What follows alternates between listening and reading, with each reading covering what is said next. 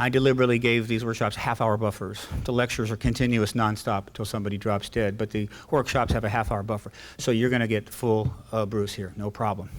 You're encouraged to ask questions and get involved. Say, what's that slide? What's going on there? Lectures are different, so get engaged. Take advantage of your opportunity with Bruce.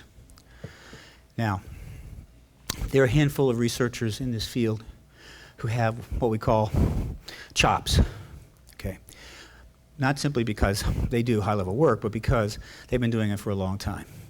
This man does his work so well that the naval laboratories allow him to continue to work for them and pay him a reasonable life and a check every couple of weeks, even though he's examining UFO phenomena. What does it mean? It means that if you don't rock the boat and you conduct yourself in a high degree, the government is okay with that, because the government knows there's extraterrestrials. Half of the government, based on the polls alone, know there's extraterrestrials. They're just not going around talking about it in the news. Because there's a game going on. It's a charade. It's a thing. It's a whatever you want to call it. It's had its run. It's time for it to stop.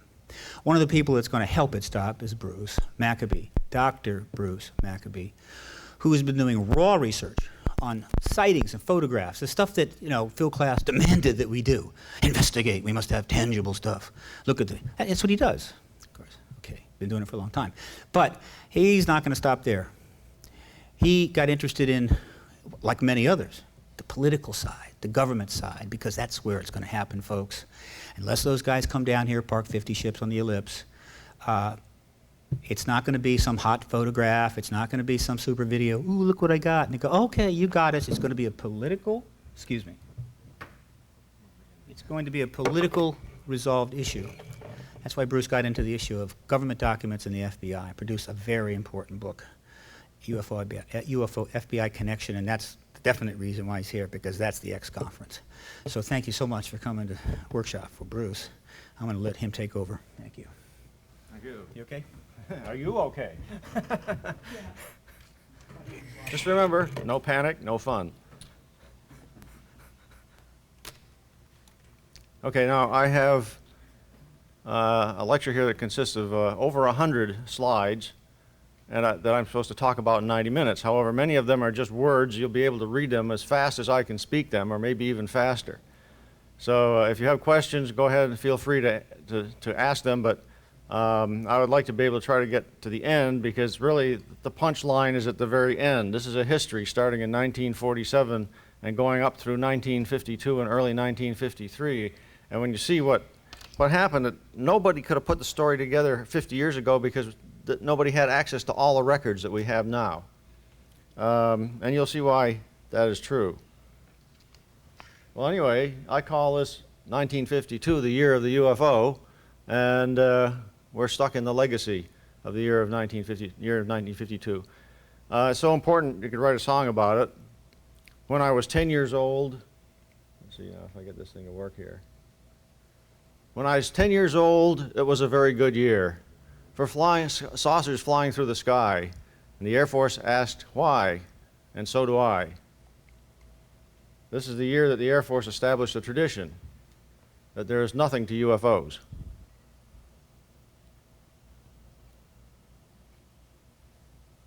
Come on. To understand what happened in 1952, you have to use historical records, which many of which have just become available within the last 25 or so years. Records from the projects, the Air Force project Sign, Grudge, and Blue Book, Office of Special Investigations, the Office of Intelligence of the Air Force, the FBI, and the CIA. Now, if anybody doesn't understand this stuff, please, raise your hand right away, because we're talking about the sources of the intelligence sources of information for which this talk is based.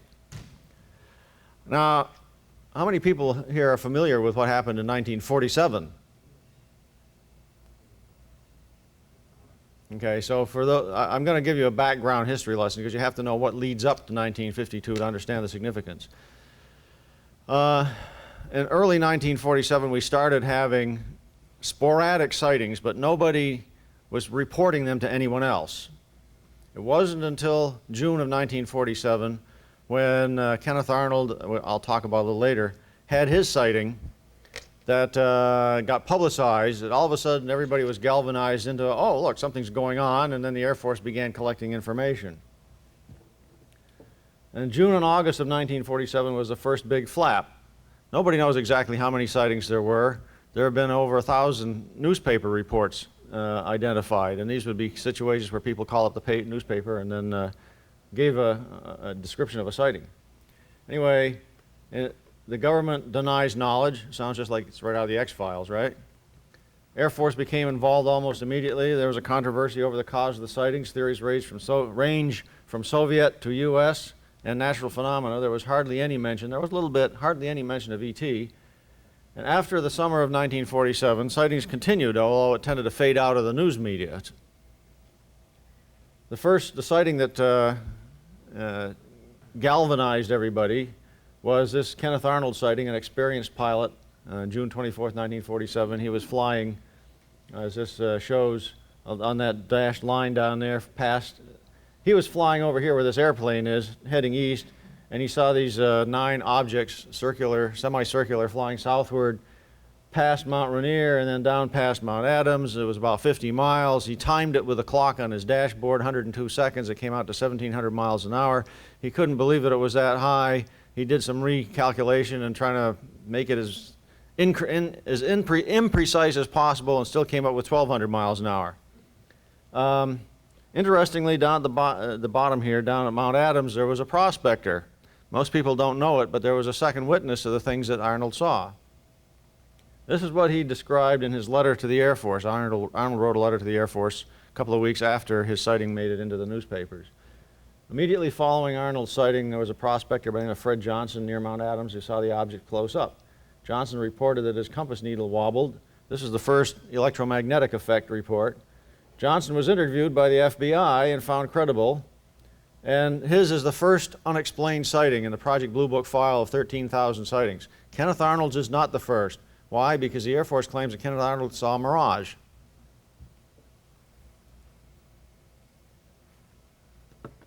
Mirage makes no sense at all, by the way, in the context of Kenneth Arnold's sighting. So anyway, during 1947, the Air Force collected only about 24 sightings for analysis out of estimated several thousand that were reported in newspapers. Many of the witnesses were Air Force personnel on duty.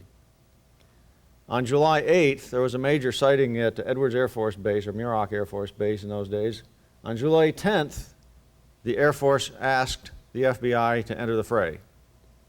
The FBI investigated for about 2 months, found no evidence of communist subversion. That was the reason given by the Air Force was we want the FBI to get in because there's a possibility that some subversive people are generating spurious reports in order to make the American people less confident of the ability of the Air Force to control the skies.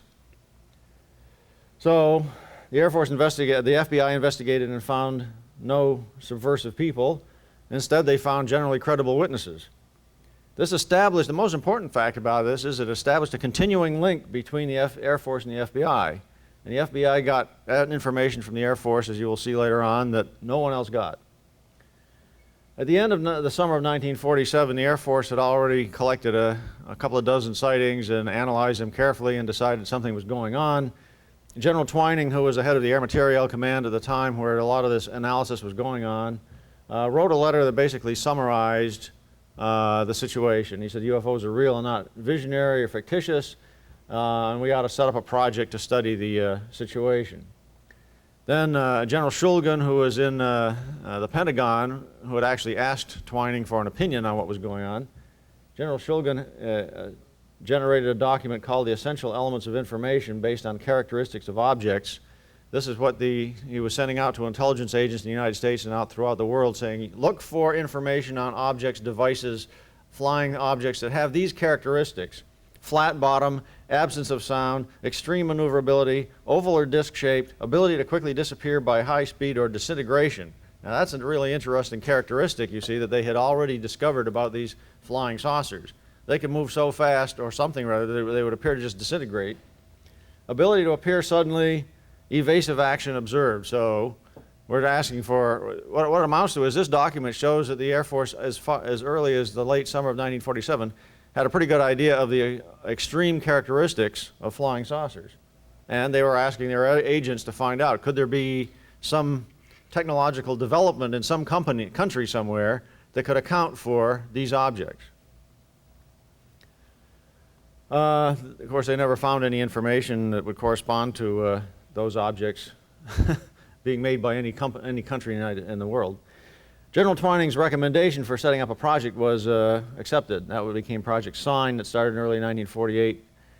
During 1948, they analyzed 270-some sighting reports. In the late summer of 1948, the Project Sign investigators concluded the only logical explanation was interplanetary.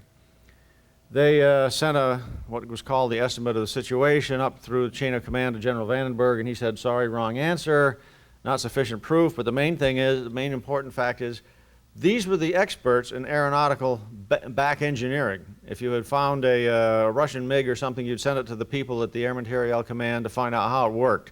These guys were the experts. The general up at the top says, sorry, wrong answer. So he basically was countering his own experts. Sign closed at the end of 1948, and then Project Grudge begins. Now, when Project Grudge began, because of the rejection of the interplanetary explanation, analysts had to reduce the importance of careful analysis to fit each report into one of the following categories of explanation. In other words, explanation became the rule of the day. Any way at all, any explanation in a storm. Misidentification, hoax, delusion, advanced Soviet aircraft, our secret aircraft, with allowable explanations. ET was no longer allowable. And Grudge was a low-level effort, studied only a couple of hundred sightings of the 400 available by the end of Project Grudge in December 1949, announced publicly that all sightings had been explained and the Project Grudge was closed and the Air Force wasn't interested anymore. That was a lie. Project Grudge continued at a low level, and in fact, the people, the staff of Project Grudge, were doing the best they could to explain everything one way or another. In September 1951, as a result of radar and visual sightings at Fort Monmouth, General Cabell, who was the director of the Air Force Intelligence, found out that Project Grudge was not treating the stuff seriously after all, and that made him angry. Furthermore, he made a comment in a private meeting that we have notes on thanks to Captain Edward Ruppelt. Apparently, Cabell called the Grudge report of December 1949 worthless tripe. In other words, the general knew more than the guys who wrote the report, I guess. He knew more about us being a bunch of garbage. General Cabell demanded a reorganization and upgrading, and then in November of 1951, General John Samford became the director of the Air Force Intelligence. And so now, this is an extremely brief history of stuff that you could spend a whole hour on talking just about, what happened between 47 and 52. But that gives you a background. There had been hundreds of sightings that the Air Force had collected by that time. I should point out there probably were thousands of sightings by that time and reported in newspapers, but the Air Force wasn't getting everything.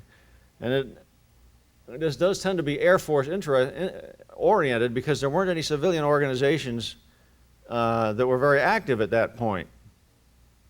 So the whole story of collection and analysis really what amounted to what was the Air Force was doing. So anyway, in early 1952, the name was changed to Project Blue Book, and the project was reorganized under Captain Edward J. Ruppelt. How many people here have read Ruppelt's book? The report on unidentified flying objects is sort of like required reading if you're going to be seriously investigating UFOs, because this was written by a guy who was there at the time. We now know more than he did, but we haven't found him wrong on anything. In '55, he published a book called The Report on Unidentified Flying Objects. Okay, the beginning of the year 1952, General Garland, who was working for General Samford, wrote a memorandum entitled Contemplated Action to Determine the Nature and Origin of Phenomena Connected with Reports of Unusual Flying Objects. Since 1947, they have been saying we got to get better information, and here it is, January of 1952, and they're saying the same thing. Reports of unusual objects are continuing. Methods of study thus used thus far are inconclusive. Neither positive nor negative proof. Now, I emphasize nor negative because as far as the public was concerned, the Air Force was continually saying, we've explained it all. We've proven there's nothing there. Nothing has turned up that looked like a technological surprise. Neither positive nor negative proof. And we need positive action to identify the nature and the origin. So here they're admitting, once again, on the inside, that they don't know what's going on. This memo shows that despite public statements to the contrary, the Air Force was concerned over the situation and had unexplained sightings. Now, Garland wrote his memo appealing to the Soviet threat. He says it's logical to relate these to the USSR advances based on German war research. And you find this throughout the early history of the Air Force investigation, that they appealed to the Soviet threat to justify things, to justify investigation. He made what were considered to be outlandish suggestions. The Air Force, that the Soviet Union was 10 years ahead of us in aeronautical development, that they had, and he points out that he's worried that we have a good atomic bomb, but only dumpy old airplanes to carry them. If the Soviets are flying these flying saucers around, they may have a crummy atomic bomb, but they have a tremendous device for transporting it. So if they should happen to get a good atomic bomb and add it to their flying saucers, then we're wiped out. That's what he's just basically arguing in this, as a justification for, you're making this argument as a justification for continuing investigation of flying saucers.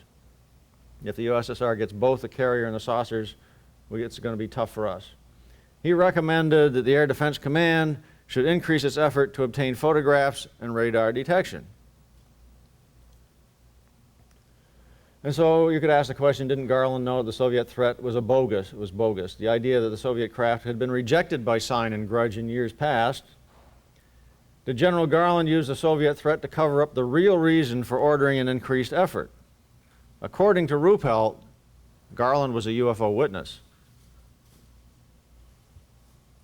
Garland's memorandum shows that at high levels the Air Force intelligence took the UFO problem seriously, even though the Air Force publicly disparaged the subject. Shows the top Air Force intelligence didn't want to contradict General Vandenberg by suggesting the interplanetary possibility might be a reason. So in other words, he wasn't justifying it from these might be flying craft from another planet. He said they might be Soviet. Ruppelt and the Project Blue Book staff carried out Garland's order, but it required many months, and the big flap was over by the time they were actually prepared to handle a few sightings per month. So this is the calm before the storm now. Between early January and early April 1952, things were quiet while Project Blue Book reorganized. Reports continued at a low rate from the previous year. This is based on a scientific study of UFOs, the Conan Report, and SR 14 refers to Special Report 14 that was done by the Battelle Memorial Institute, published in 1955. Here you look at the sighting rate. 1951, January through December. This is month by month, 25, 18, 13, 6, 5, 6, 10, 18, so on. Average 14 a month in 1951. 1952, January 15, February 18, March 27th. So things are going along famously. About a sighting every day or every other day. Then the storm begins. In early April, a magazine article almost blew the lid off the cover-up of the high-level Air Force opinion on UFOs. In the following weeks, everything broke loose. And now if you can get your eyes off of Maryland and look in the upper right-hand corner, this is Life magazine, April 7th, 1952. There is a case for interplanetary saucers, and incidentally, I got my copy of this out of the FBI file. And yes, there's an FBI file on Maryland, too. There's an FBI file on almost everybody, so you can look here and see if you got one yourself. It's all on the internet now, folks. Okay, so Life says there is a case for interplanetary saucers. They must be crazy. Anyways, based on a year investigation that included interviews with top Air Force officials, and the article concluded the Air Force is now ready to concede. Remember all the newspapers that I haven't had a chance to go into, all the stories by the press on what the Air Force was doing. The Air Force was saying there's nothing to it, and we're not interested. All of a sudden in this Life magazine, the Air Force is now ready to concede that many saucer and fireball sightings, I haven't got time to talk about that, but if you go to my lecture on the FBI, UFO FBI lecture tomorrow, you'll hear about the fireball stuff, green fireballs. Anyway, they defy explanation. Here, Life offers some scientific evidence that there is a real case for interplanetary saucers. 10 previously unpublished sightings were studied. Conclusion, not explainable as Russian weapons, atmospheric phenomena, skyhook balloons, hallucinations, and so on. These disclosures, sharply amending past Air Force policy, climaxed a review by Life with Air Force officials of all the facts known. The Air Force is now ready to concede that many saucer and fireball sightings still defy explanation. The article quoted from Dr. Walter Riedel, who is a German rocket scientist, these objects have an out-of-this-world basis. They quoted an Air Force intelligence officer who said, "The higher you go in the Air Force, the more seriously they take flying saucers." That could have been Ruppelt, but it wasn't the name of whoever said that, wasn't given. The article ended with a series of questions which pointed towards the interplanetary answer. What power urges them at such terrible speeds through the sky? Who or what is aboard? Where do they come from? Why are they here? What are the intentions of the beings who control them? Somewhere in the dark skies, there may be those who know. The answer is out there. The Project Blue Book response to the Life article. Now, this is the internal memorandum by Project Blue Book, writing themselves. Ruppelt wrote, "It should be noted here that the conclusions reached by Life are not those of the Air Force. No proof exists that these objects are from outer space." He wrote in his 1956 book, "Some high-ranking officers in the Pentagon, so high that their personal opinion was almost policy, did believe the saucers were extraterrestrial and expressed that opinion to Jinnah," one of the writers of the article. And Ruppelt says, General Garland, in his private notes, Ruppelt says, General Garland was the inspiration behind the Life article by Jinnah. He gave Jinnah his ideas and prompted Life to stick their necks out. Remember, he said that Ruppelt claimed that Garland was a UFO witness. When you become a witness, you're more likely to stick your neck out. The reaction. According to the Project Blue Book file, the Life article was mentioned in more than 350 newspapers. The Life article was ridiculed in the New York Times and disputed elsewhere, and they appealed to the Grudge report, which had said there was nothing to it and all the sightings were explained. Remember, that's the report that General Cabell said was tripe. Air Technical Intelligence received 110 letters concerning the article. Life itself received more than 700 letters over the next few weeks, and unfortunately Life threw those away. Most of them were about old sightings. The Project Blue Book staff expected an immediate onslaught of new sightings, but it didn't come, at least not for several weeks.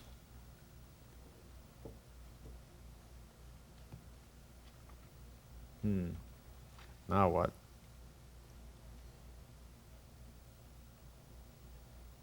I bet you I know. Okay, so now we've been having 14 a month in 1951 and 52.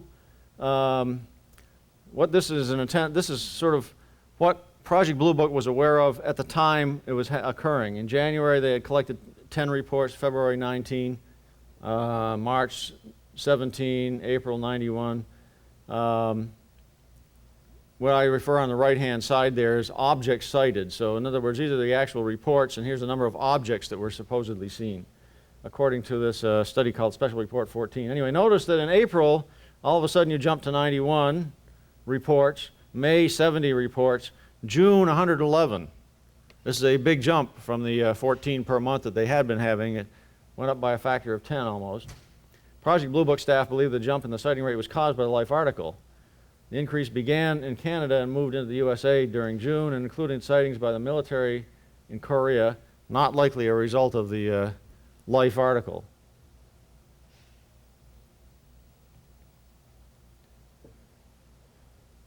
So in June of 1952, because of the lag in reporting, Project Blue Book was only aware of 111. In the following months, they collected more reports. You remember, there's a time delay between when somebody sees something and when a report actually gets to Project Blue Book. So it was 176 is the number of reports received total in June, corresponding to 148 objects. The sighting rate was several per day, and then the deluge began. As if that weren't bad enough, several per day. Then things really got tough.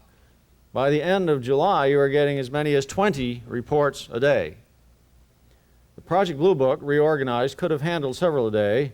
Project Blue Book, reorganized, could not handle the actual sighting rate in July. In July, they had 782 reports that corresponded to 536 objects. And reports were coming from everywhere. It's a UFO geography lesson. New Jersey, Michigan, California, Florida, Massachusetts, New Mexico, New Hampshire, Maryland, Germany. You can see the numbers there. 51 sightings reported in 24 states and the District of Columbia. 14 of these are by military observers, of which 6 were at Air Force bases. Flying saucer sightings at Air Force bases, don't tell anybody about that. And if you see one, don't look. What was going on? Were people going crazy? Well, the press, of course, was getting reports. People were and the press interest was building up on this, but the press really woke up in July. Associated Press, Dateline, Ohio, the home of Project Blue Book, Wright-Patterson Air Force Base, July 17th. An Air Force spokesman said today 60 reports of flying saucers have been received during the last 2 weeks. He could give no reason for the increase.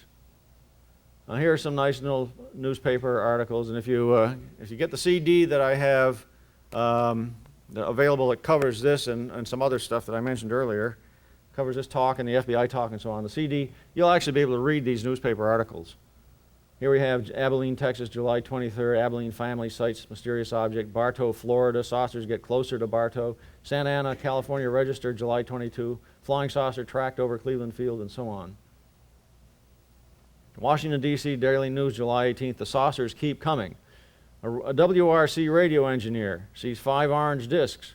Air Force admits that saucers have been tracked on radar between 1,500 and 2,000 miles an hour. Jet fighters equipped with very latest radar have been set aloft to make contact with the phantom objects, but all efforts to catch have failed. All efforts to catch up with them have failed.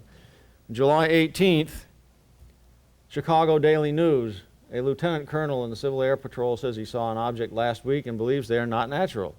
July 19th, Washington Daily News. Civil Defense Director at Dayton, Ohio says there is something flying around our skies and I wish we knew what it is. July 19th, in a national press story, the Air Force admits people are really seeing something unusual. The number of reports has doubled. The Air Force can't track all the saucers.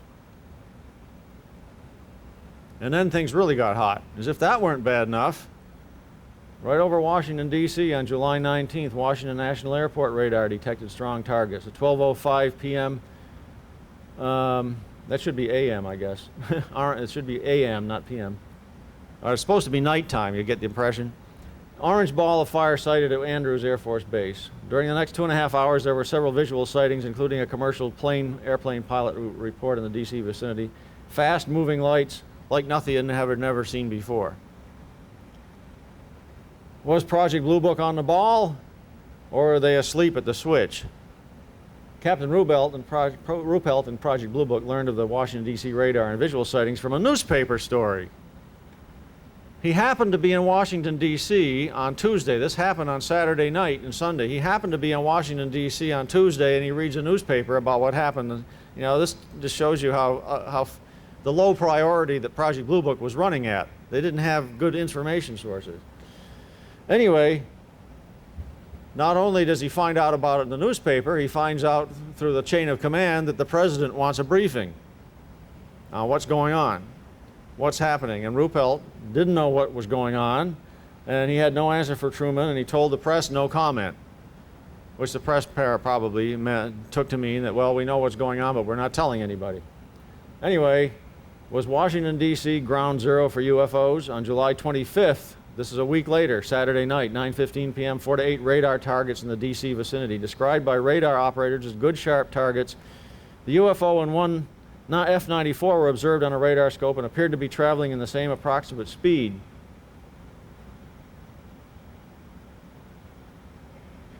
Is this working?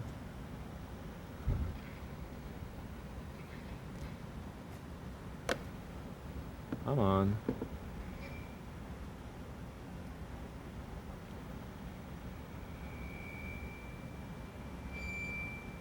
Well, we had that one before. Where's the next one?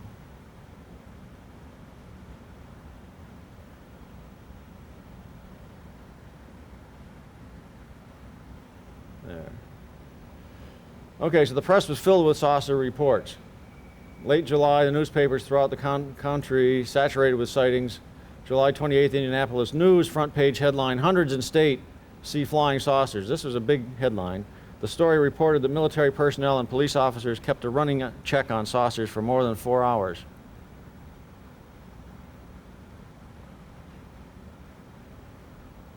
Come on.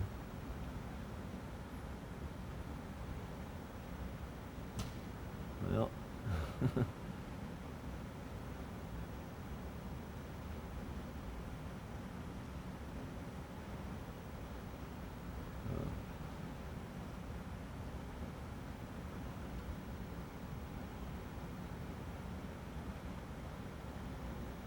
I don't know whether this system doesn't load up the pictures fast enough. We saw that. Okay, here's the pictures themselves. Saucers circle Washington, D.C. is in a Southbridge, Mass. newspaper, a Massachusetts newspaper reporting what happened in Washington, D.C. Alert jets to hunt the saucers. Hundreds in states see the flying saucers. The Air Force reacts, you know, shoot first, ask questions later. Dateline, Washington, D.C. Air Force alerts jets to chase flying saucers anywhere in the U.S. July 28th, International News Service. Jet pilots have been placed on 24-hour alert against flying saucers with order to shoot them down if they refuse to land. But they never got any. Here's some more newspaper reports. The longest day.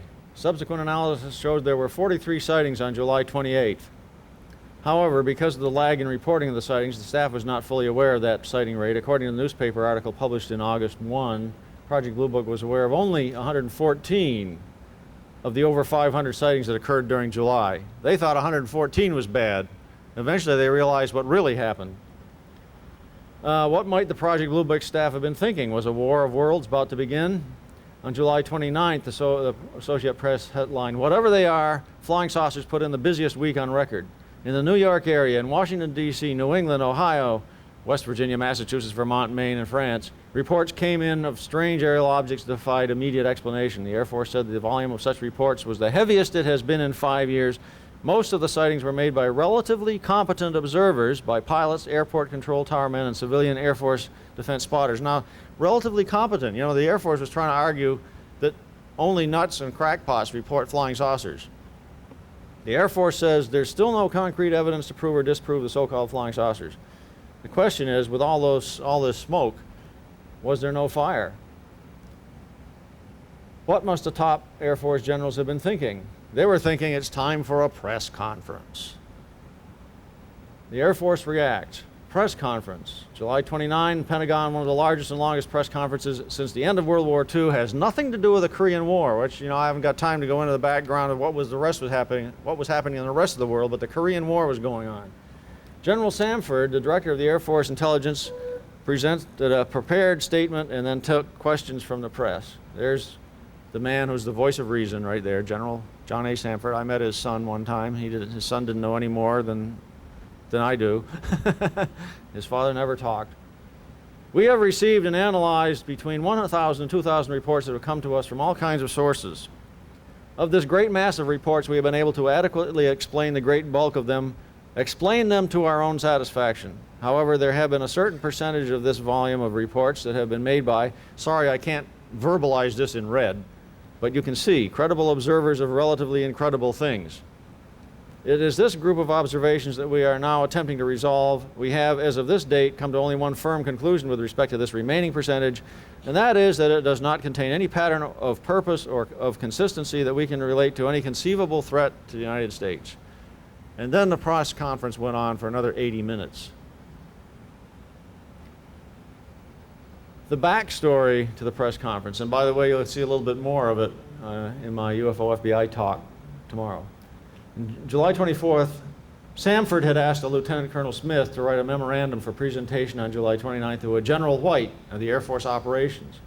That memorandum became what General Samford told the press, between 1,000 and 1,050 reports since 1947.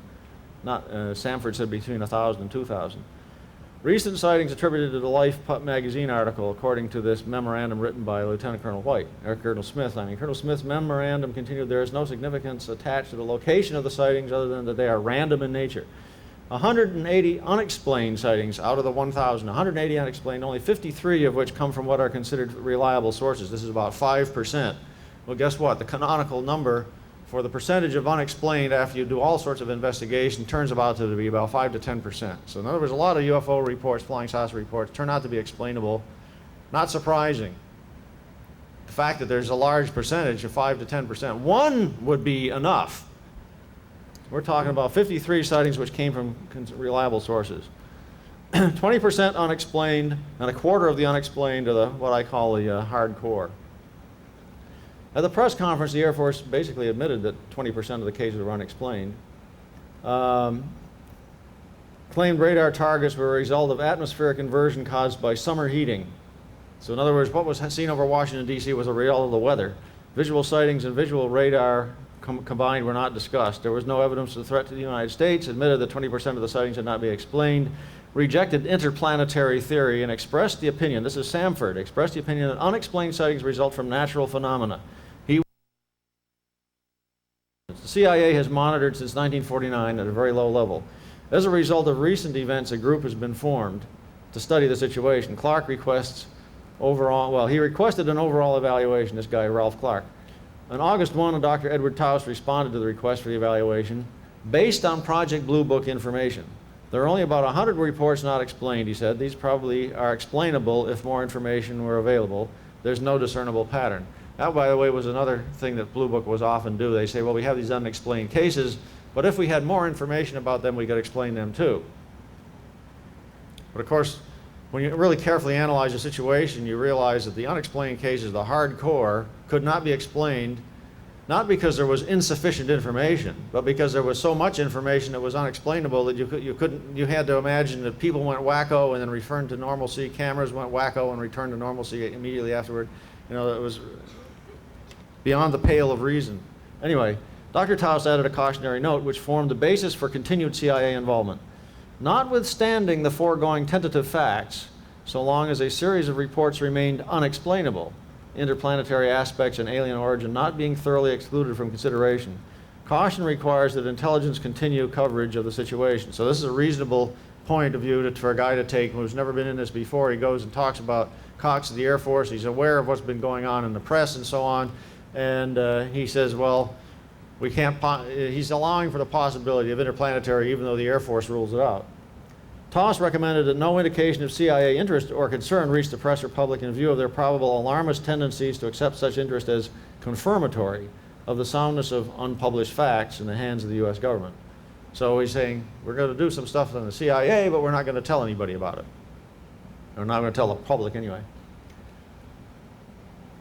They checked with the Research and Development Board at the top secret level. No secret project explained saucer sightings. And it reiterated what the Air Force had told the FBI in 1947. The CIA representatives visited the Air Technical Intelligence Center at Wright-Patterson Air Force Base. The Air Technical Intelligence Center was Project Blue Book was part of that. And interviewed the Project Blue Book staff, Ruppelt and so on. This was part of part of the CIA's investigation of what the Air Force was doing. They went to the Project Blue Book at Wright-Patterson Air Force Base and interviewed the people. On August 20th, the Director of Central Intelligence, Walter B. Smith, was briefed on the saucer situation, and the Air Force stand on flying saucers as stated by the CIA. That's the title of the briefing. Air Force stand on flying saucers as stated by the CIA. In other words, the CIA has gone and interviewed the Air Force. Now this is what the CIA thinks the Air Force is saying. Air Force Project Blue Book has primary responsibility for investigation. Project Blue Book consists of 3 officers, a captain and 2 civilians. So it's not a large organization to handle hundreds of sightings. Project Blue Book receives reports of sightings, analyzes, and attempts to explain them. Air Force Office of Special Investigations, that's AFOSI, checks into each sighting, attempting to determine its authenticity and the reliability of the observer. Continuing with the CIA document that says Air Force opinion of the saucers is determined by as is understood by the CIA. Air Force officially denies the flying saucers are secret weapons, Soviet secret weapons, our secret weapons, their secret weapons, or extraterrestrial visitors. The Air Force believes that all sightings of flying saucers are well-known objects, such as that list there, phenomena of the atmosphere which are not presently understood, and so on. And there is not a shred of evidence that exists to substantiate the belief that flying saucers are material objects not falling into the category 2B above, which is this well-known objects or phenomena of the atmosphere. Continuing, the geographical distribution more frequent in the vicinity of atomic energy installations, which is explained by the greater security consciousness of persons in those areas. Byproducts of atomic fission may in some way produce flying saucers. So they're really grasping at straws here, but they're trying to think of some reason why these things should be suddenly appearing, and maybe atomic energy could explain it. Of the thousands of flying saucers cited, of which there are records, the Air Force says that 78% have been explained by either the B1 or B2, that is, man-made objects or natural phenomena above. 2% have been exposed as hoaxes, and the remaining 20% have not been explained, primarily because of vague descriptions given by the observers. So here the Air Force is telling the CIA that we have offered reasonable explanations for most sightings. There are a few hoaxes, and the ones we can't explain is because they're from poor observers. That contradicts what Samford had said. He said the credible sightings, I forget the exact phrase, unusual sightings by credible people.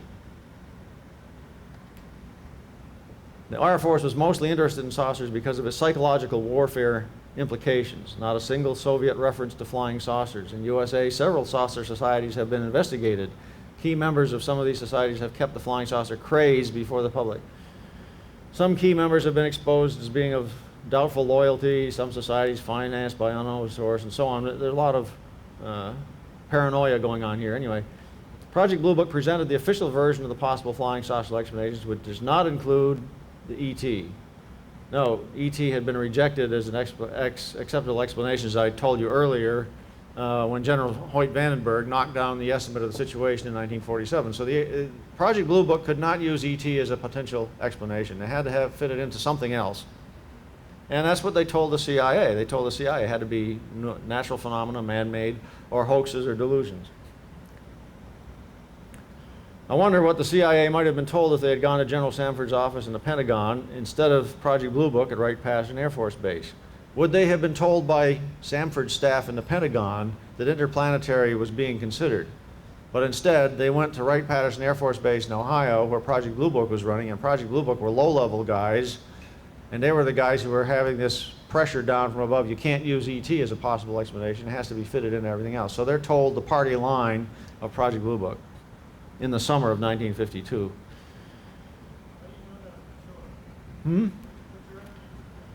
What?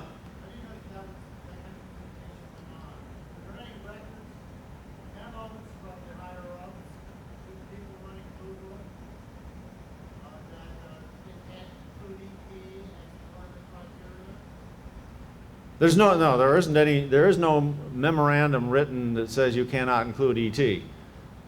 But when they tried out the ET explanation in the summer of 1947 and they sent this up to General Vandenberg, he said, I won't accept that. And then as Ruppelt put it in his book, after that, during Project Grudge, for example, there were no feathers in the caps for cases that were unexplained. If you wanted an advancement or whatever, you want to have brownie points, you explained the sightings. One way or another, even if it didn't make any logical sense.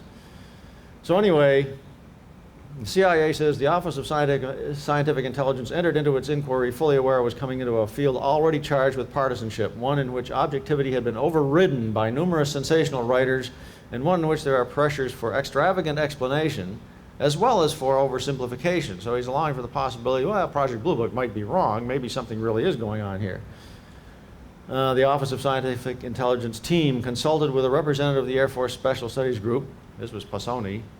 And by the way, I didn't get a chance to mention that Passoni had a document which for some reason or other didn't come up on this presentation, written back in April of 1952, which Passoni said, the Air Force cannot assume that flying saucers are interplanetary. This is embedded in a document, and it's written in a context that he's trying to argue against it.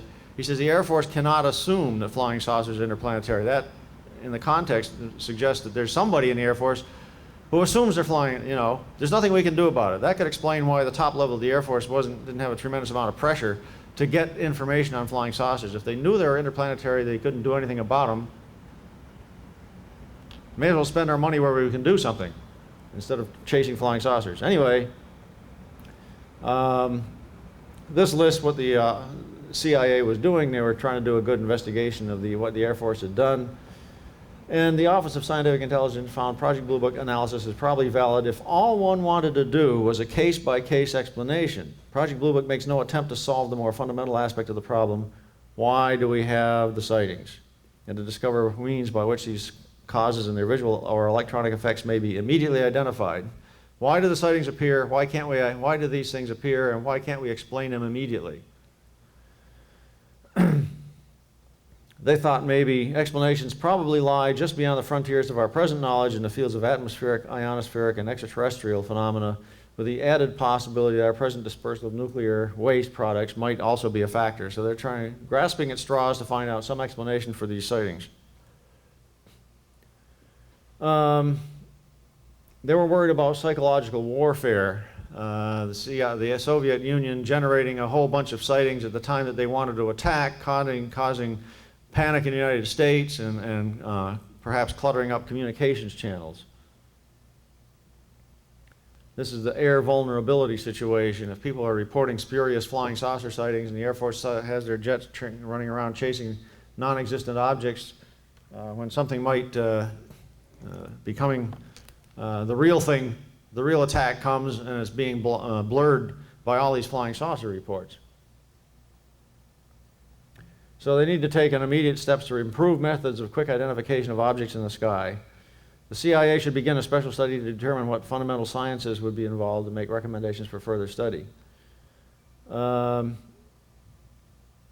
the CIA was trying to get its act together, the Air Force was still collecting saucer sightings. Here you find out that in July there were 782 reports, August 397, September 162. You can see the number of reports per month is going down.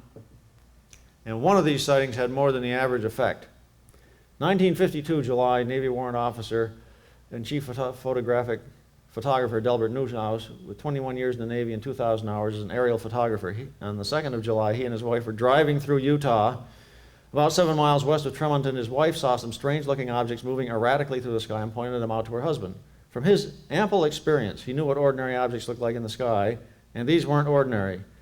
Newhouse reported they were circular and looked like two pie pans, one inverted on top of the top one, upside down on top of the lower one. Newhouse hurried to get his camera out and the trunk of his car. During this time, the objects were going away. By the time he got the camera out, they were quite far away. He made images on the film. They made small images on the film with no particular features. Newhouse turned his film over to the Navy for evaluation, and the Air Force also got a chance to look at it. After several weeks of work, the photo analysts ruled out birds, balloons, and other aircraft. No one knew what the objects were. Word of this extraordinary evidence eventually had an impact on Air Force opinion. A reference to the impact of this film isn't in the Air Force file, but it is in the FBI file. Here's one frame of the film. You see these little lights, and they sort of travel along and rotate around each other like they're sometimes they seem to orbit and so on. Air intelligence advised of another creditable and unexplainable sighting of flying saucers. Air intelligence still feels flying saucers are optical illusions or other atmospherical phenomena, but some military officials are seriously considering the possibility of interplanetary ships. And it goes on in this FBI document to summarize the Newhouse sighting. Just as I did, there were 12 to 16 flying objects recorded on the film. Possibility of weather balloons, clouds, and other explainable objects has been completely ruled out. This is all taken right out of the FBI document. Actually, that is not completely a mistake. There have been recent studies of that film done that some claim conclusively, and of course everybody has different interpretations, but that was simply a flock of birds that was filmed with a background of the sun. So that comment that it completely can't be anything else simply isn't correct. This is the statement at the time, okay? And as far as the bird's hypothesis is concerned, this statement was presented without Newhouse's verbal description. He and his wife saw these things before he got his camera going. So what happened was they saw the objects, and I gave the description to Newhouse, and Newhouse is interviewed, an interview of Newhouse on a film called UFO that was done in 1955 or 56, where Newhouse describes what they looked like when they were close enough to see the detail. So if you're going to argue that this film shows birds, you have to imagine either Newhouse filmed something that he didn't see, it wasn't what he looked at, it wasn't the original reason for stopping the car, getting the camera out and filming, or else it was some sort of a hoax by Newhouse who made up the story. No, there's a third possibility, Dr. Maccabee, and I take exception to the use of that argument there. The fact is that when you observe aerial phenomena, since there is no scale, it's very difficult to come through with an accurate observation. I think you'll agree that any number of airline captains and so forth, even though they're telling the truth and they're describing accurately what they saw, it's very difficult to describe aerial phenomena. And I think it's probably important, especially with the increase in technology that's available today, to take a look at the film. I understand what you're saying, and from what I've seen, he's a very credible witness. Yeah. Just because you're credible doesn't mean that you're accurate, unfortunately. Well, he saw something which was sufficiently unusual in the details that he could see as an experienced aerial photographer, that made him stop the car and get his camera out, take the time to load up the film, and take the film as far, you know, that he could take. And the fact is that it was studied for, I don't know, Arthur Lundell estimated 1,000 hours or something like that, a person of man-hour time at the Naval Photo Interpretation Center, and in 1952, and nobody could figure out what it was. And so that the status of this film at the time was, it was unexplainable. And according to the document, the Air Technical Intelligence Center was at a complete loss to explain this most creditable sighting. Air Technical Intelligence experts pointed out that they could not be optical illusions, inasmuch as optical illusions could not be recorded on the film. Colonel Young advised that Air Intelligence still feels the so-called flying saucers are either optical illusions or atmospheric phenomena. However, again, some military officials are seriously considering the possibility of interplanetary ships.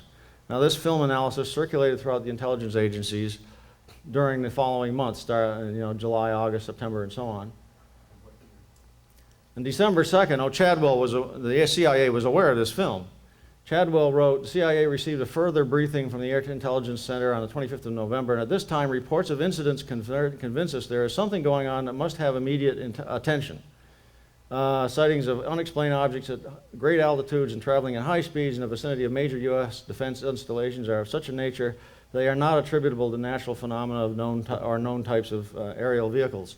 One thing I didn't get a chance to mention was, for example, the sightings, as I said, were still going along at a high rate, and the Operation Main Brace sightings in October, I believe they were, of 1952. This is during a naval military exercise in the North Sea, I think it was, where some objects were seen flying by the Navy ships and photographed, but information never really was released on that. There was testimony on what happened, but somebody has better information than we have on the Operation Main Brace sightings.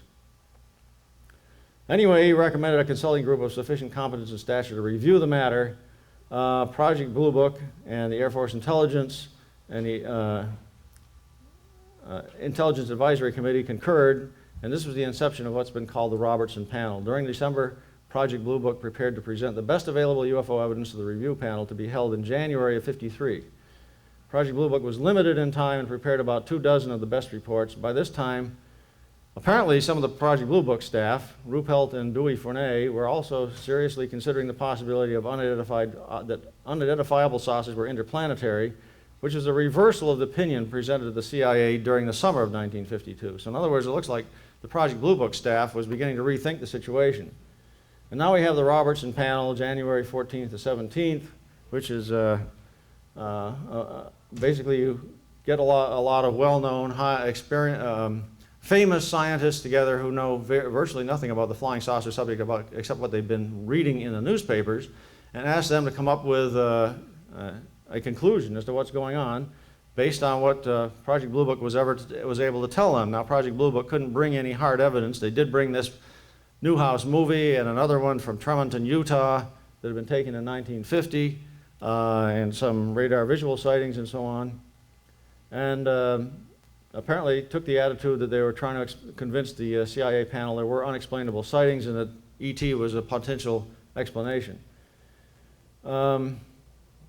Despite the excellent analysis by the Project Blue Book staff, the panel of scientists, after a few hours of study, concluded, that is, some hours spread over 3 days, not everybody was there for the whole period of time. Reasonable explanations could be suggested for most sightings, and by deduction and scientific method could be induced, given additional data, that the other sightings might be explained in a similar manner. So because you can explain a lot of them, probably could explain all of them. Is that logical? Is that statistical? Or is that just a guess? Example of reasonable explanation. The Newhouse film objects were explained as we've already been told. Seagulls was the explanation that these people came up with. Well, there were bright spots moving around, and there are seagulls in Utah, and so maybe he films Utah seagulls. They were not told what Newhouse's testimony was. They figured that once you got the film, that's the hard data. You don't need what the guy says about it. If there's one thing you learn in UFO investigation, you've got to put the whole thing together. A photo or a film does not make a UFO. You've got to have some context, some background to what's going on. And Newhouse was very clear about the fact that he stopped because he saw these things looking like, you know, a saucer, saucer inverted on top of another one. The shape is what got him. After just several thousand hours of experience, this was not something that he had seen before, so he gets his camera out and takes a film. It's unfortunate the objects are too far away to give you any detail when he actually gets the camera going. According to the analysis at the time, showed the images were too bright to be reflections of birds. The visual sighting by Newhouse and his wife of pie-pan-like objects before he started film was not even mentioned. So in 3 days, the panel members did not get the full picture of the 5-year phenomenon that had generated thousands of reports. Their conclusions were based on a lack of information, a lack of understanding, combined with natural bias against anything unusual that wouldn't fit into their scientific worldview. Example of a faulty conclusion based on insufficient information. Dr. Thornton Page, one of the panelists, argued that saucers couldn't be interplanetary craft because such craft would appear all over the world, not just in the USA. Very logical. What the CIA didn't tell them was they had been collecting flying saucer reports from all over the world since 1947.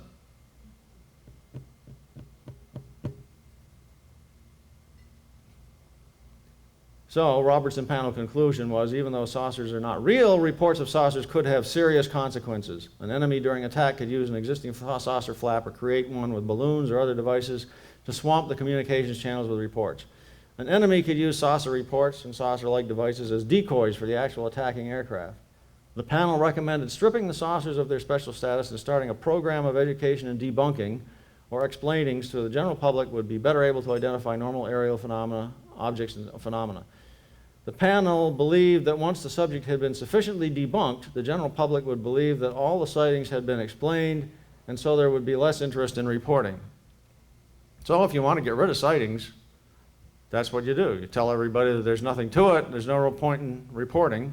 You know, if you see a flying saucer out there, I don't care if there's a guy standing on it waving at you, you look the other way because it's not real. After the Robertson Panel, the CIA decided not to recommend a national security directive to study saucers. That had been a potential possibility the CIA would stand up its own well-funded group to study the subject. After the Robertson Panel, they decided against it. CIA basically, as far as the records are available, the CIA lost interest in UFO problem. And after the Robertson Panel, Project Blue Book, and after Edward Ruppelt left within the following 6 or 8 months, Project Blue Book went back to just plain classifying sightings and did hardly any investigation. Very rarely did they actually go someplace and talk to a witness. The legacy of the Robertson Panel is debunking. The panel recommendation that all sightings can be explained or debunked. Now, this is taken on a nasty connotation, the term debunking. Debunking is getting rid of bunk, okay? Stuff that's false. Everybody likes to do that. Sometimes you have to debunk the skeptics as well as you have to debunk the believers. Naturally, we want to explain everything we can.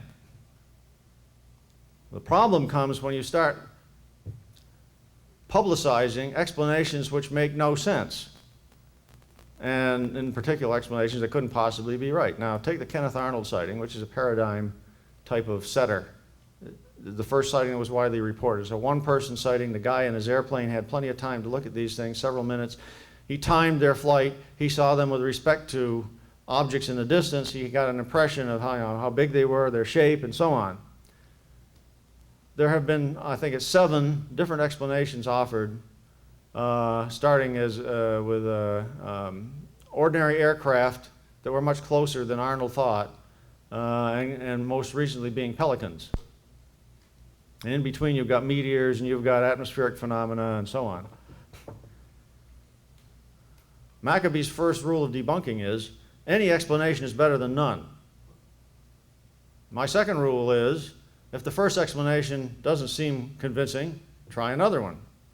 There's a corollary to the second rule. If the second explanation doesn't seem convincing, try a third. And you keep working your way down, and that's okay. If this is a scientific process going on, you're trying to rejecting explanations. But when you publicize each one, like in the New Zealand sightings, I don't know if anybody's ever heard of those, but back in 1978, sightings off the coast of New Zealand involving people flying on an airplane. They took film, color movie film of it and so on, and made a big splash down really around the whole world because a news crew was involved. And the first explanation out of the pike was, it must be the planet Venus. This was from an astronomer in Christchurch, New Zealand. On the same day that this sighting was reported, the newspaper headline was, "People see the planet Venus," and then they described the sighting down below. Turned out the planet Venus rose 2 hours after the sighting. Well, it wasn't the planet Venus. The next day, the astronomer says, "I think it was the planet Jupiter." Well, Jupiter was overhead at the time. Problem, the guy filming couldn't film up through the ceiling of the aircraft to film Jupiter. And with a 200 millimeter focal length lens, he couldn't get images that were as big as were on the film. Anyway, he couldn't, even if you had set up and tried to film Jupiter. So, you know, the guy was shooting from the hip. This is what I call debunking. For the same sightings, Sir Bernard Lovell of the Green Bank Radio Observatory in England was publicized as saying it was all unburned meteorites. Well, the term itself doesn't make much sense, but they saw these things the sightings lasted for many minutes, and the objects didn't go streaking along like meteors. It made no sense. There was also a sighting, the explanation in the newspaper, light reflected off of the breasts of mating mutton birds. They must have been flying upside down. The mutton birds fly at 10,000 feet, and the airplane was like 14,000. Nobody said where the light came from that could have been reflecting. Anyway, so oh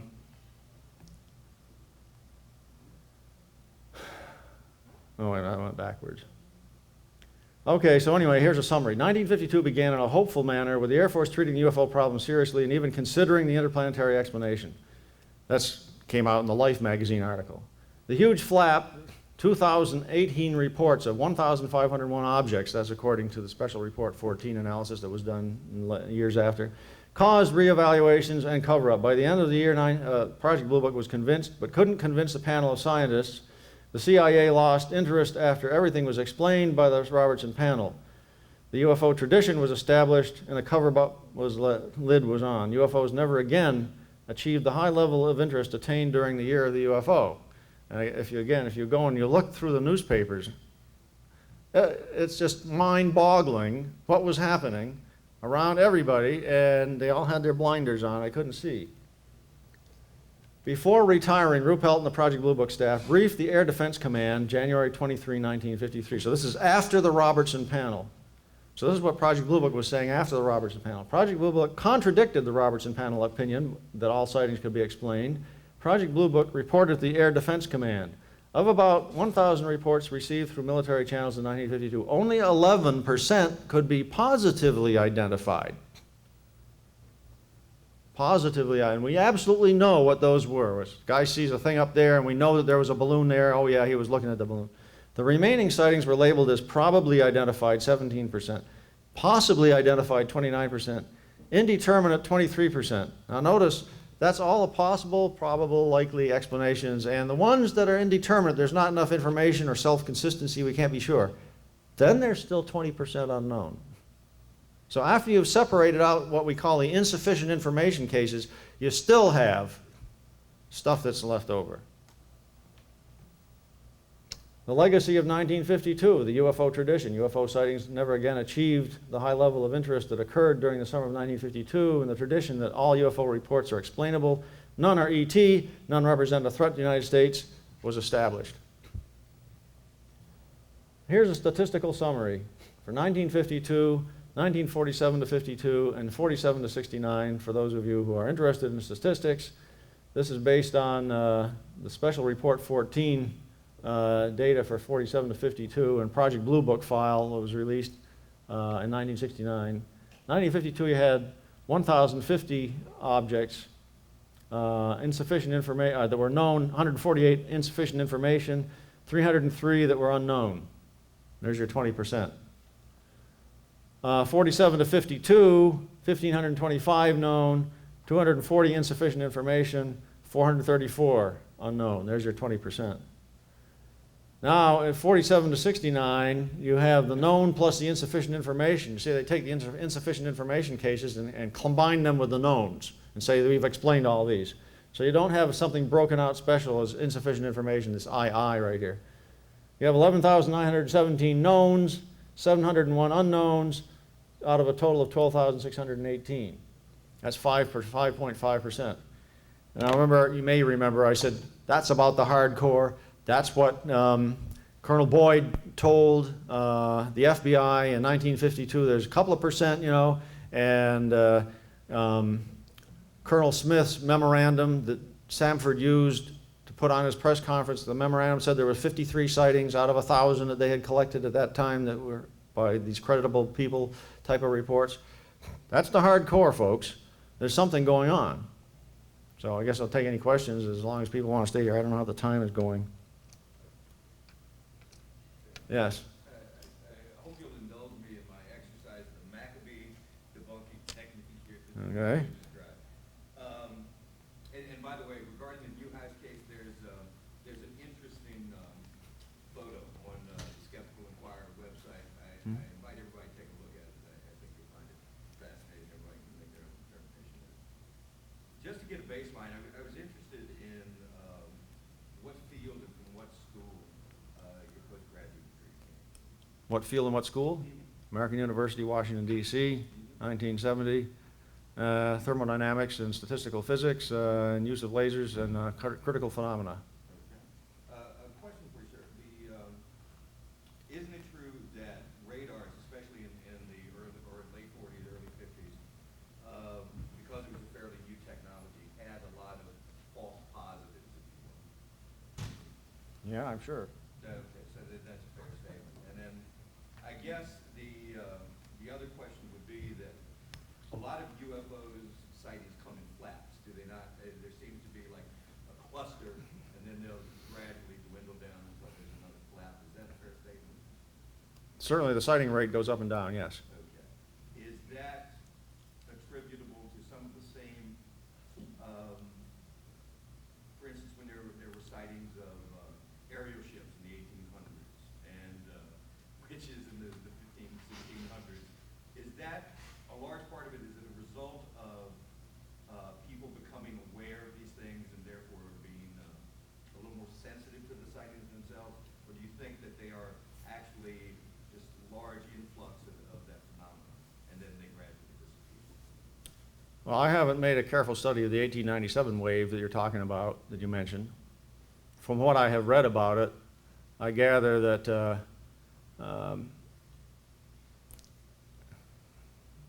sightings sort of popped up around the country, and there'd be local reports, not national reports. So it's like something happens over here, the guys over here don't know about it. Later on, they report that something happens over here. Turns out that when you go back years later and you combine these two things, there's some sort of a similarity going on. If you go and read a lot of the newspaper reports from the 1897 wave, I gather, because it's not something I've studied, that you get the impression that something was going on. We don't know what exactly. When it comes to the UFO situation, as I mentioned, there were sightings before Kenneth Arnold's sighting was publicized. It wasn't until Kenneth Arnold's sighting that people suddenly took this as some sort of thing that's going on, and the Air Force is interested and other people are interested in hearing about it. We know that in April of 1947 there were a couple of sightings by meteorologists in Richmond, Virginia. And one guy said, you know, well, I saw this round silvery object flying along, and I looked at it through my theodolite and I could see it moving.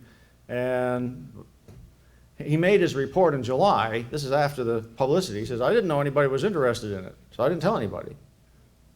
There were several pilot sightings in May and June that preceded Kenneth Arnold's. So you can ask, you know, why was this big flap? Was this big flap real phenomenon going on, or is it a situation that Kenneth Arnold's sighting suddenly alerted everybody and people go outside and they see all sorts of stuff and report it? Does it still happen that way today, though? Don't they still tend to happen at flaps where there's a huge influx of sightings and then they tend to dissipate and so forth? And I can understand that there are going to be reports around the perimeter. Yeah.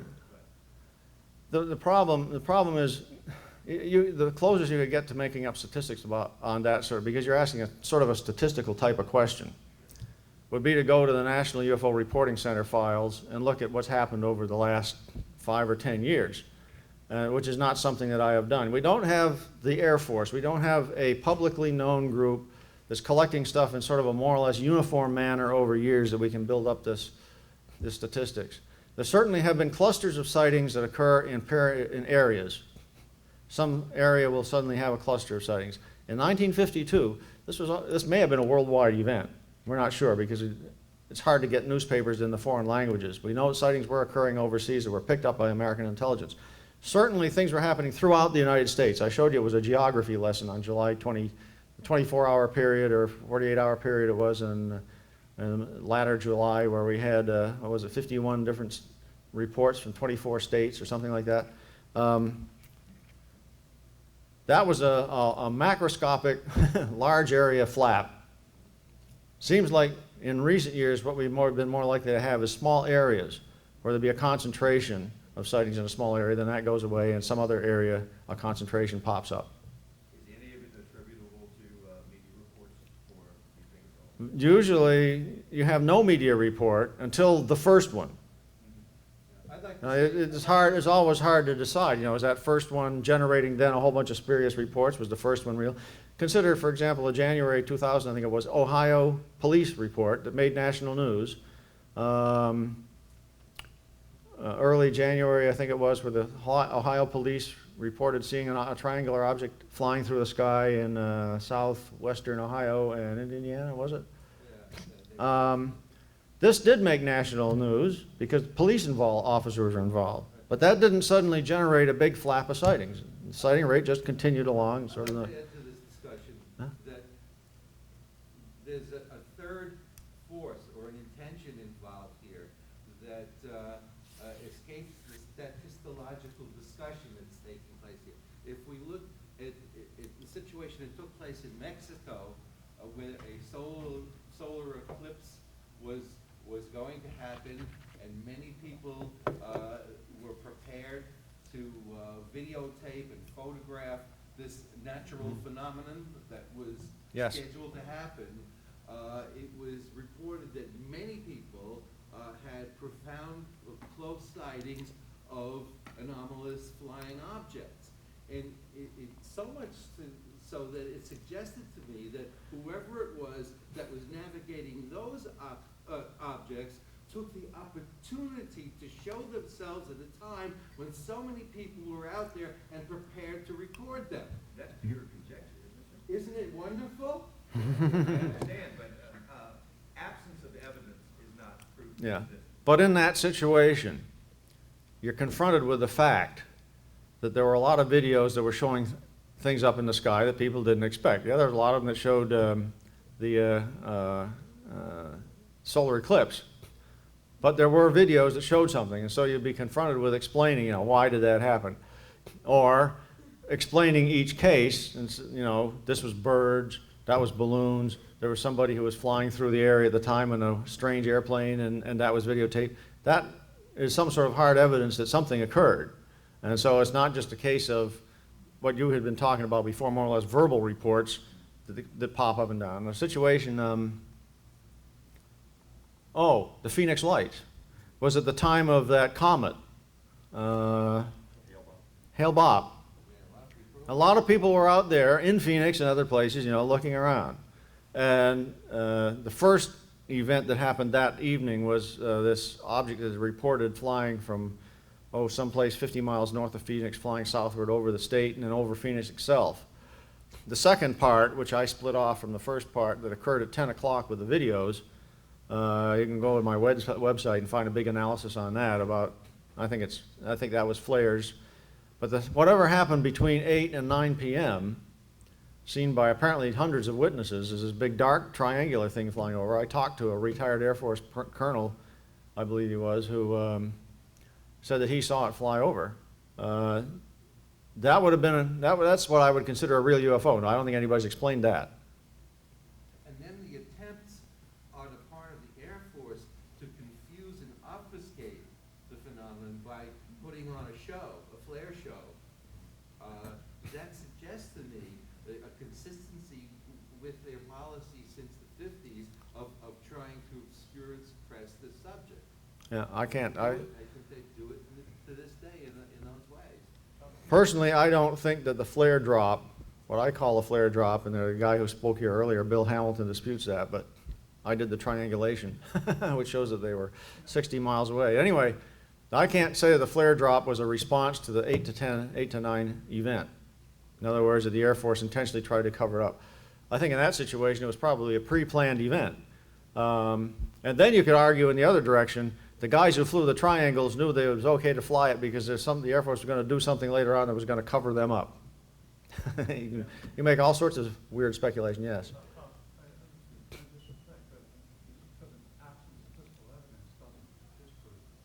Either way, I would agree with you.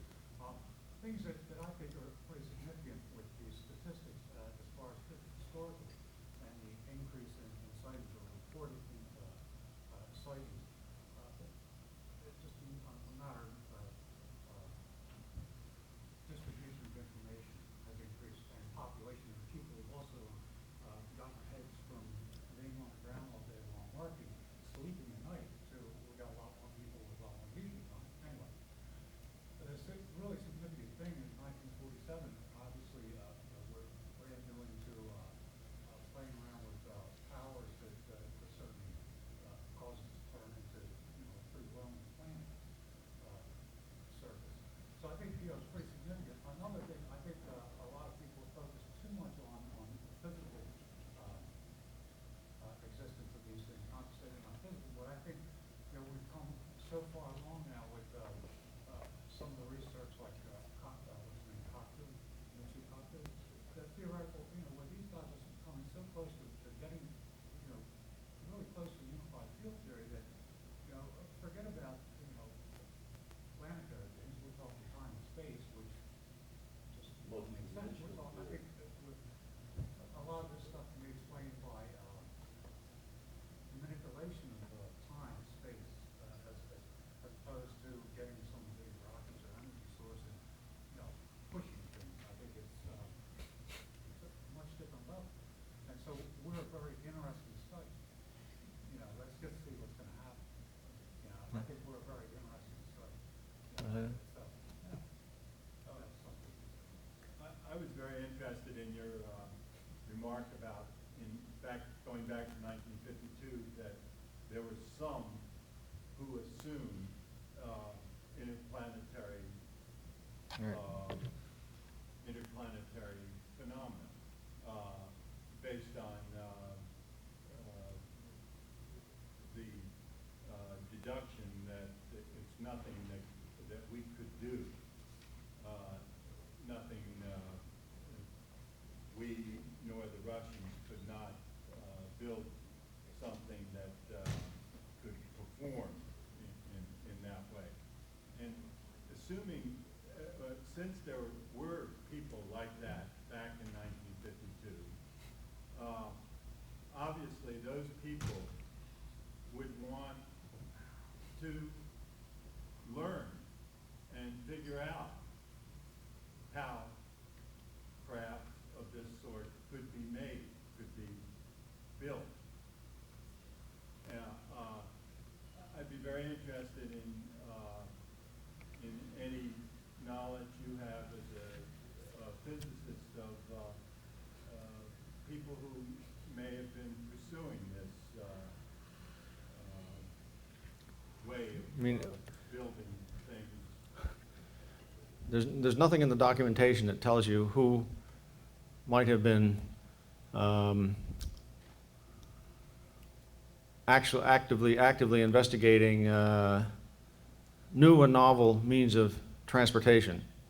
Okay, we know some of the people who were actually working at Wright-Patterson Air Force Base at the time, and we know, for example, in 1947 when this all began, there was immediate interest in the fact that these things were described as being semicircular or circular, according to, like for example, in the Kenneth Arnold sighting. And the reason was they had already been considering the possibility of making a mono-wing type of aircraft in a sort of a semicircular manner. And a guy by the name of Arthur Ledding, who was one of the top aeronautical guys there, had, I guess, investigated model type things that had a circular front end. And so you can well imagine if they're thinking theoretically about this stuff. Could we fly? This is conventional propulsion techniques, which are based on explosions. You know, everything that virtually everything that moves out there by itself is based on explosions. If you're not using batteries and electricity, you're using controlled explosions to move yourself. And one can imagine that when Ledding and the other people at Wright Field at the time saw these flying saucer sightings, the first thing they would think of is, well, our ideas are correct. Somebody has done it already. Some people say 50% of solving any problem is knowing it can be done for sure. Yeah. Like the Russians knowing that the atomic bomb could be made because of Hiroshima and Nagasaki. Assuming What the hell's these wrong? people in the Air Force, assuming interplanetary, must then think in terms of propulsion or Right. energy. One of the first propulsion Different than. One of the first propulsion things that they considered was that this was atomic energy aircraft. Now we had our own project to build aircraft that were propelled by atomic energy.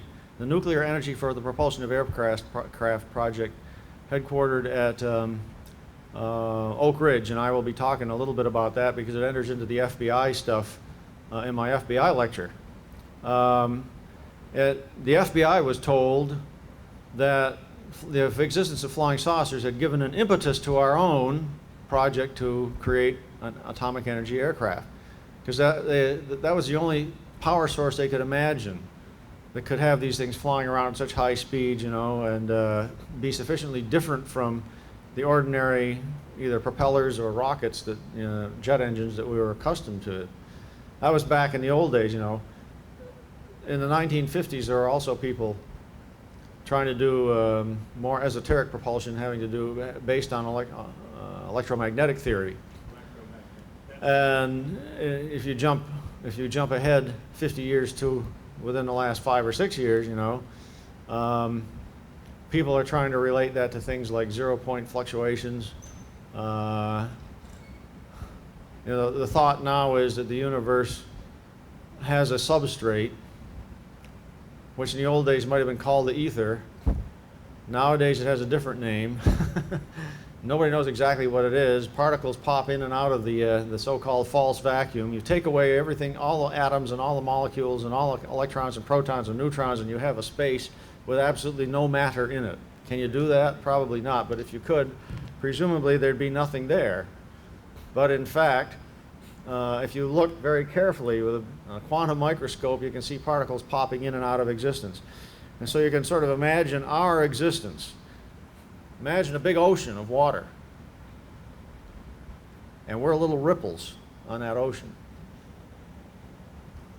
Nowadays we say that something like 75% of any particular volume of the universe, 75% of it is... But beside the electromagnetic. Huh? Beside the electromagnetic, you would have to have a source of energy in the craft itself that would have to be enormous. Were there any people, any traces of people in 52 who would then follow up? I mean, think of people like von Braun. Yeah, they were deeply embedded in conventional rockets. They're deeply embedded in what? In conventional rockets. You mentioned von Braun. Yeah. People didn't have enough, and we probably still don't have enough, but at least back in those days, they didn't have enough physical understanding of the universe to Well, I just gave to approach. him as another. What about other people? Yeah, well, I don't know. They said there's nothing in the documentation that shows who was doing that sort of stuff. All we can do is speculate as to who might have been trying to think many years ahead, or you go and you read the scientific literature or the science fiction literature or whatever. What about companies like Lockheed Martin? They had, I mentioned that there were several companies, I think Boeing was one of them, that was looking into the electromagnetic stuff based on Townsend-Brown effect and so on. Nobody was able to make it work.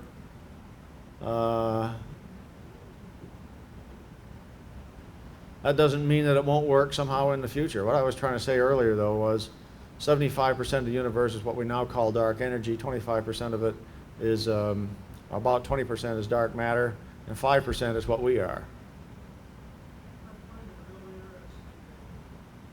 What nobody seems to talk about is when I start to type while you're back here, that the Germans actually include a sauce with aircraft back in 45 in that area. And I've interviewed prisoners of war that were there and saw it, and they crashed it. But after the war, most of those scientists came here, so I suspect that somewhere our government or somebody's using that. So when the plasma typed in, it was mechanical oscillator to move magnets and created a plasma anti-gravity type effect. And it's being duplicated across the United States by individuals now, proving that it works.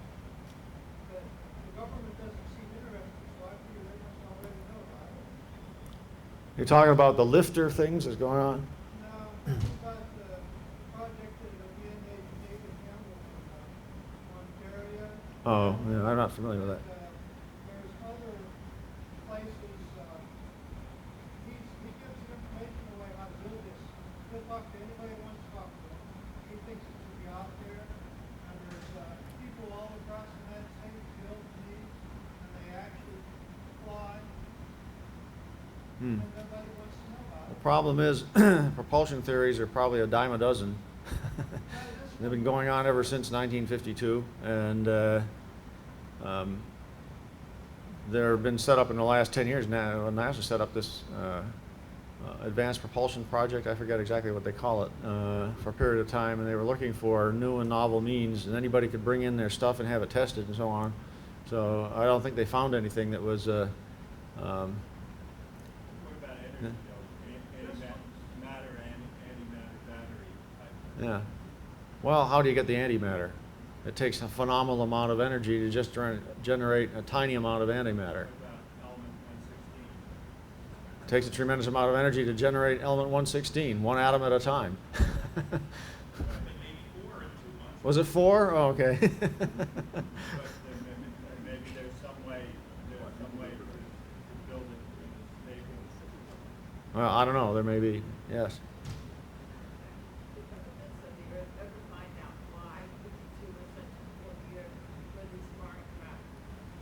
That's a good question. You know, why 52? And there was nothing in any documentation that speculated. Remember, the government was trying to argue that this big flap was generated by the article that showed Marilyn Monroe. Right? Marilyn Monroe's on the front of the cover. Everybody read that. Then they saw on the upper right hand, there's a case for flying saucer, so everybody walked outside and saw a flying saucer. There's nothing that provides a reasonable, logical suggestion as to why 1952 had this big spike. There was another flap in the United States in 1957 when they, what?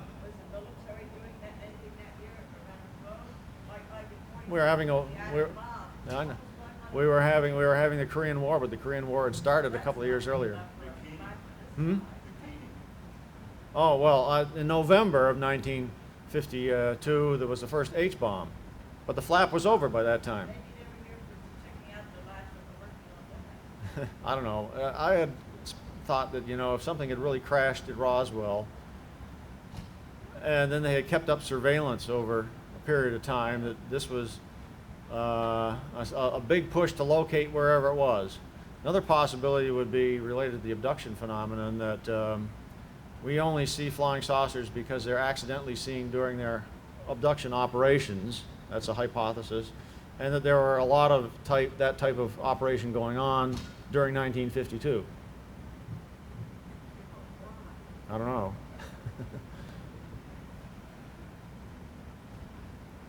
Well, I guess you start at 1:30 or what? 1:30. Yeah. Got time for one more question? Yeah. Are there any pictures of the lights up at the Capitol that there's a photograph of the Washington D.C. Capitol building, which has been published in magazines showing, quote, UFOs. The cameraman was looking into a field of traffic, of straight street lights. There's a lot of lights there.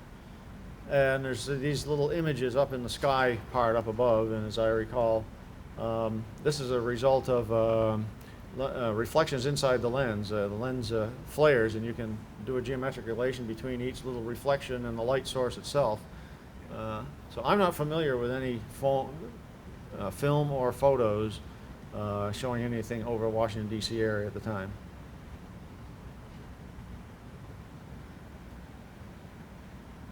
What do you think about Ruppelt's about face right before his death? Oh. The man asked about Ruppelt's about face, sort of, when he wrote his, let's see now, make sure we get the right one. The second edition of Ruppelt's book contains an extra chapter. He didn't change any of the first few chapters. He got to the end of the first book, and it was like he was sitting right on the fence. Could be real, could be interplanetary, and it wouldn't take much of a feather to knock him over into the interplanetary side. At least that was my impression when I read his book the first time. But then the second edition had another chapter on it, which he sort of poo-pooed the whole thing. And the question is, why did he do that? Did he change his opinion? I think there may well have been some pressure applied to him, but he may also have changed his opinion somewhat after having been away from it for several years. This was in 1959, I think, several years after he had left. I don't know, it's not something that I have studied, so I can't say that there's anything specific that you could point to. He did not deny the first part of his book. He just added on stuff that wasn't supportive of the first part. Okay, so it stands up here in about 15 minutes, or 10 minutes, whatever. Thank you. I'd like to get through the